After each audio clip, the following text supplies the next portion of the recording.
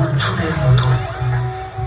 হায় হায়, তাহলে কি আমি তোমাকে চিনতে পারলাম না? তুমি তুমি কি আমার সেই ভগবান? তুমি এইভাবে আমায় দর্শন